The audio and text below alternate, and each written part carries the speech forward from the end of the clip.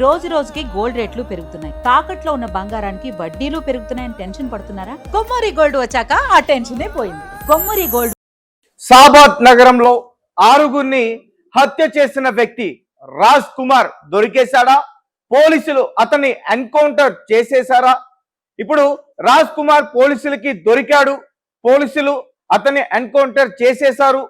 అతను ఆ బాడీని కాసేపట్లో తీసుకురాబోతున్నారు. ఇటువంటి వార్తలన్నీ కూడా బయటకు వస్తా ఉన్న పరిస్థితి. అయితే మొత్తానికి పోలీసులు అయితే రాజ్ కుమార్ యొక్క ఆచూకీ కనుగొన్నారు. ఈరోజు ఉదయం 8 నుంచి 9 గంటల మధ్యలో కొత్తూరు మండలం ఒక ప్రాంతంలో అతని ఆచూకీ తెలిసింది. ఒక కుమ్మరిగూడానికి చెందిన బండారు సుధాకర్ అనే వ్యక్తి అతన్ని చూశాడు. అంటే అతనికి రాజ్ కుమార్ అడిగాడంట, ఒక జామకాయ తింటూ ఇక్కడ టిఫిన్ షాపులు ఎక్కడ ఉంటాయని చెప్పి అడిగాడు. దీంతో కొంచెం తిమ్మాపూర్ ఆ ప్రాంతానికి వెళ్తే టిఫిన్ దొరుకుతుందని అతను చెప్పాడంట. ఈ లోపు వెంటనే పోలీసులు వచ్చి అతన్ని అదుపులోకి తీసుకున్నారు. అప్పటికే రాజ్ కుమార్ వారి నుంచి తప్పించుకుని వెళ్ళిపోవడానికి ప్రయత్నించారు. అయినా సరే పోలీసులు వెంబడించి అతన్ని పట్టుకున్నారు. పట్టుకున్న తర్వాత మరి వాళ్ళని ఎక్కడికి తీసుకెళ్లారు, అతన్ని ఏం చేశారు? ఇప్పుడు ప్రజలు ఎవరైతే డిమాండ్ చేస్తున్నారో ఆ వ్యక్తిని ఎన్కౌంటర్ చేయండి అని చెప్పి, ఆ రకంగా అతన్ని ఏమైనా ఎన్కౌంటర్ చేసి ఉంటారా, లేదంటే అతను ఇక వేరే ప్రాంతానికి ఎక్కడికైనా తరలించే అవకాశం ఉంటుందా అనే దాని గురించి ఇప్పుడు అనేక వార్తలు అయితే బయటకు వస్తా ఉన్న పరిస్థితి. ఒక పక్క ఇటు 2 కుటుంబ సభ్యులు అతన్ని మాకు అప్పచెప్పండి, మేము అతని అంతు చూస్తాం, మేము అతన్ని నడి రోడ్డులో ఉరి తీసేస్తామంటూ కూడా అక్కడ డిమాండ్ చేస్తూ ఉన్న పరిస్థితి. నిజంగా ఒక్కసారిగా 2 తెలుగు రాష్ట్ర ప్రజలు ఉలిక్కి పడే ఘటన ఇది.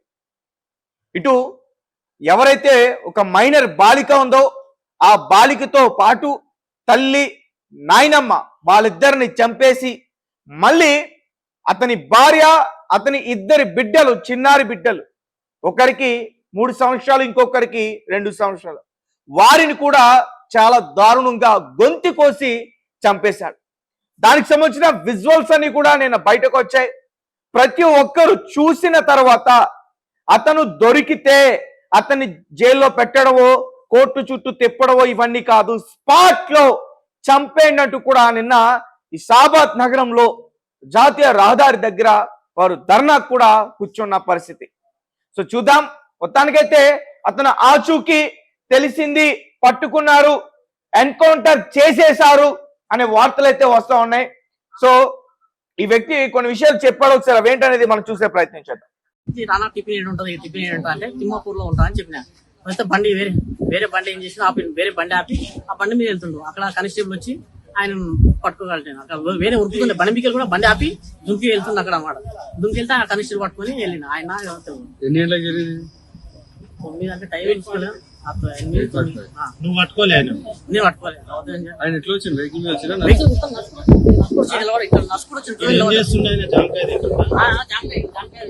చేత పట్టుకుని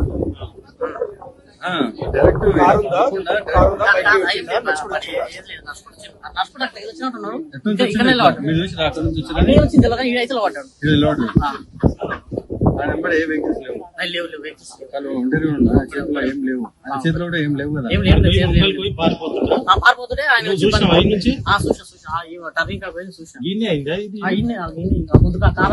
దిగి దుంకిపోతుంటా ఉరుకుతున్నా. అక్కడ ఉరుకుతాక ఆయన వచ్చి పట్టుకుంది అలవాటు.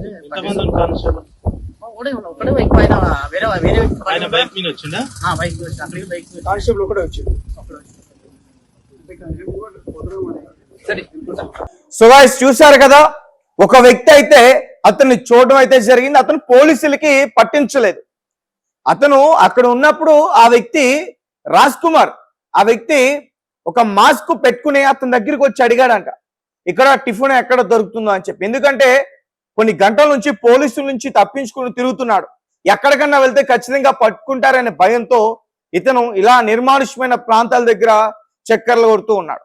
సో మొత్తానికైతే పోలీసులు అయితే అతన్ని పట్టుకున్నారు. పారిపోయే ప్రయత్నం చేసిన అతన్ని పట్టుకున్నారు. అతని దగ్గర ఎటువంటి ఆయుధాలు లేవు అంటూ కూడా చెప్తా ఉన్నారు. మరి చూడాలి, పోలీసులు నిజంగానే ఎన్కౌంటర్ చేశారా, లేకపోతే అతని జైలుకి తరలించే అవకాశం ఉందా అంటూ కూడా చాలా మంది అడిగే ప్రయత్నం అయితే చేస్తా ఉన్నారు. ఒక్కసారిగా షాదాబ్ నగరం అంతా కూడా ఉలిక్కి పడిన ఘటన ఇది. పోలీస్ స్టేషన్ కి అత్యంత దగ్గరలోనే ఈ ఘటన జరిగింది. ముఖ్యంగా షాదాబ్ లోని ముందుగా అమ్మాయి వాళ్ళ ఇంటికి వెళ్ళాడు, ఆ మైనర్ బాలిక వాళ్ళ ఇంటికి. అక్కడికి వెళ్ళిన తర్వాత డోర్ తీశారు వాళ్ళు. వెంటనే నాయనమ్మ పైన అటాక్ చేశాడు, దాని తర్వాత తల్లి పైన అటాక్ చేశాడు.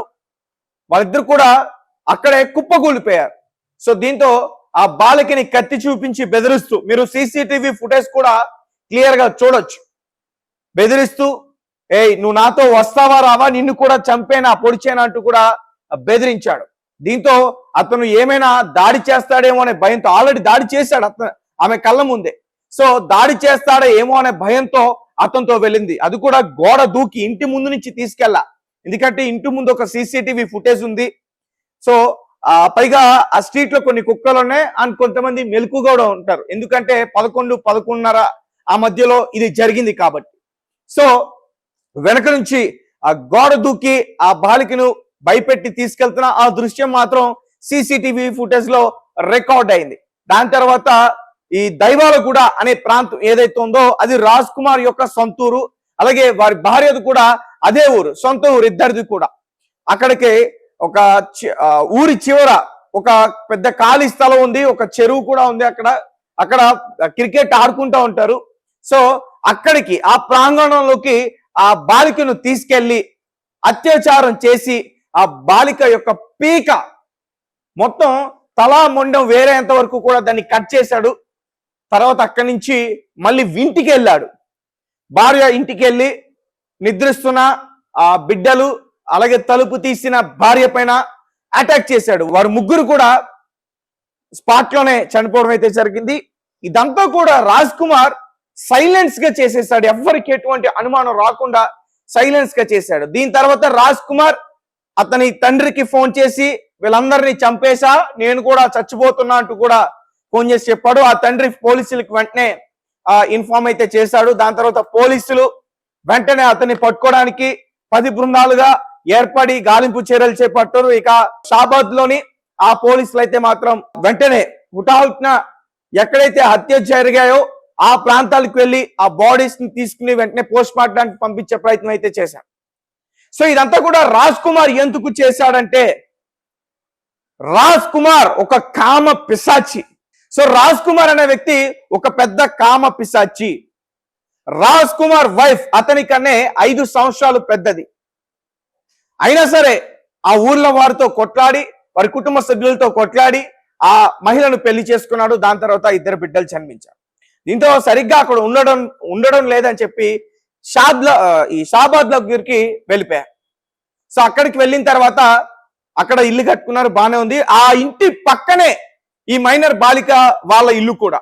సో ఆ అమ్మాయిని మొత్తానికి లోబర్చుకున్నాడు. తర్వాత హింసకి గురి చేయడానికి ప్రయత్నించాడు, ఆ అమ్మాయిని వేధించాడు. దీంతో వారి కుటుంబ సభ్యులు అతని పైన ఫోక్సో యాక్ట్ సెక్షన్ కింద కేసు అయితే పెట్టడం జరిగింది.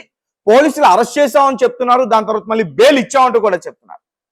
సో ఫోక్సో యాక్ట్ కేసు నా పైన పెట్టారు అనే కోపంతోనే రాజ్ కుమార్ ఈ దాడికి పాల్పడ్డాడంటూ కూడా చాలా మంది చెప్తా ఉన్న పరిస్థితి. అలాగే వారి కుటుంబ సభ్యులు ఏం చెప్తున్నారంటే, అతను బెయిల్ పైన బయటకు వచ్చిన తర్వాత మేము పోలీసులకి ఇన్ఫార్మ్ చేశాం, పోలీసులకి చెప్పాం, అయ్యా అతను బయట తిరుగుతున్నాడు, అతను మమ్మల్ని ఏదైనా చేస్తాడు కాబట్టి పట్టించుకోండి అంటే, అబ్బాయి ఏం లేదు ఏం ఉండదు అని చెప్పేసి నవ్వుతూ మాట్లాడారంట ఎస్ఐ. సో వారు సిఐని ఎస్ఐని కూడా వెంటనే వారిని విధుల నుంచి తొలగించాలని కూడా చాలా మంది డిమాండ్ చేస్తూ ఉన్న పరిస్థితి. ఎస్ఐని ఆల్రెడీ అయితే అతని పైన సస్పెన్షన్ వేశారు. ఇక సిఐ పరిస్థితి మరి చూడాలి. సో పోలీసుల యొక్క నిర్లక్ష్యం వల్లే వారు చనిపోయారంటూ కూడా వారి కుటుంబ సభ్యులు అయితే గట్టిగా ఆరోపణలు చేస్తున్నారు. అలాగే రాజ్ కుమార్ ని మాకు అప్పచెప్పండి, అతన్ని మేమే చంపేస్తామంటూ కూడా వారు డిమాండ్ చేస్తున్న పరిస్థితి.